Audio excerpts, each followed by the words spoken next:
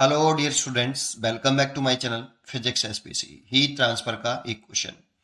The total radiant energy per unit area normal to the direction of incidence received at a distance capital R from the center of the star of radius r and whose outer surface radiate at a black body at temperature T Kelvin, important Kelvin, is given by चार choice करके solution.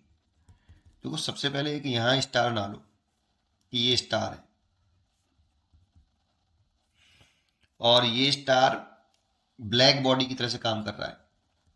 Black body और black body की emissivity 1 होती है, इसे बोलते हैं emissivity 1 होती है। इसका टेम्परेचर टी केल्विन है, सरफेस का ही है, अंदर का नहीं। सरफेस का टेम्परेचर मानते हैं टी केल्विन और केल्विन में दे रखा है, बहुत बढ़िया बात है। और ये एनर्जी रेडिएट कर रहा है बेटा, रेडिएट एनर्जी, रेडिएशन निकाल रहा है in the form of electromagnetic wave. ठीक है, तो कितनी रेडिएशन निकाल रहा होगा बेटा, ये कितनी रेडिएशन निकाल रहा होगा, तो P बराबर D Q R over D T. इसको हम बोलते हैं हीट एनर्जी, एनर्जी कह दो या एनर्जी रेडिएट्स पर सेकेंड, रेडिएट्स पर सेकेंड। एक सेकंड में इतनी एनर्जी रेडिएट कर रहा होगा, इसीलिए इसे पावर बोल सकते हैं हम, एनर्जी पर सेकंड, तो पावर बोल सकते हैं। P is equal to sigma Stefan constant, E emissivity होती है, ब्लैक बॉडी के लिए 1 होती है। एरिया इसी स्टार का एरिया लिखें तो इसकी रेडियस दे रखी है शायद हमें, स्टार की स्मॉल आर, इसकी रेडियस स्मॉल आर थी, तो स्टार का एरिया लिखेंगे तो 4 pi are square into temperature kelvin रखा है। अगर डी सेल्सियस में रखा तो केल्विन में चेंज करना पड़ता है, यहाँ पर टेम्परेचर केल्विन में लिखा जाता है, ये ध्यान रखना, ये केल्विन में ही पुट करना होता है। इतना, इतनी एक सेकंड में इतनी एनर्जी रेडिएट कर रहा है ऑल डायरेक्शन में भाई, दैट मीन्स इतनी पावर छोड़ रहा है ये। ठीक है, अब क्वेश्चन में क्या है, the total energy, total radiant energy per unit area normal to the direction of incidence received at a distance capital R from the centre of the star, capital R. तो इसके सेंटर से capital R दूरी पे चले गए हम, इस जगह पर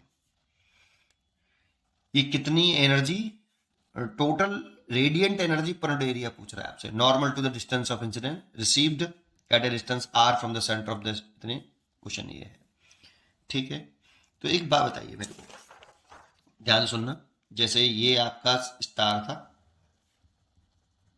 और ये रेडिएशन छोड़ रहा है ऑल डायरेक्शन में, तो ये जो पावर थी P, ये कितने एरिया पे गिर रही थी, ये इतनी, ये R डिस्टेंस पे चले जाओगे सेंटर से कैपिटल R दूरी पर, ऐसे एक स्फीयर ना लोगे, स्फीयर, तो ये जो पावर रेडिएट कर रहा था ऑल डायरेक्शन में ऐसे, ये कितने एरिया पे गिर रहा है, ये गिर रहा है आपका, नॉर्मली गिर रहा है सरफेस पर, इस जगह पे सरफेस पर नॉर्मली गिरेगा, तो कितने एरिया पर ये आपकी पावर गिर रही है, तो ये इसका अगर रेडियस कैपिटल आर मान रखी है इसकी, तो 4 pi capital R square area पर पावर गिर रही है P, पावर मतलब एनर्जी गिर रही है एक सेकंड में, है ना P।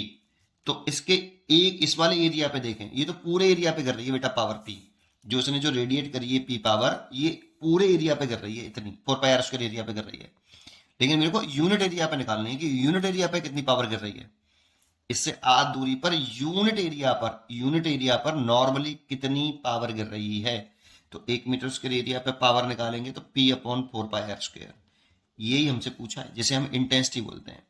अब इसमें एक छोटा सा एक गड़बड़ है, इसमें टाइम नहीं बोला बेटा, ऐसा लग रहा है total radiant energy per unit area, तो एनर्जी पर यूनिट एरिया पूछ रहा है, एक्चुअल में टोटल रेडिएंट पावर पर यूनिट एरिया पूछना चाहिए था, या फिर total radiant energy per unit area पर यूनिट टाइम पूछना चाहिए था।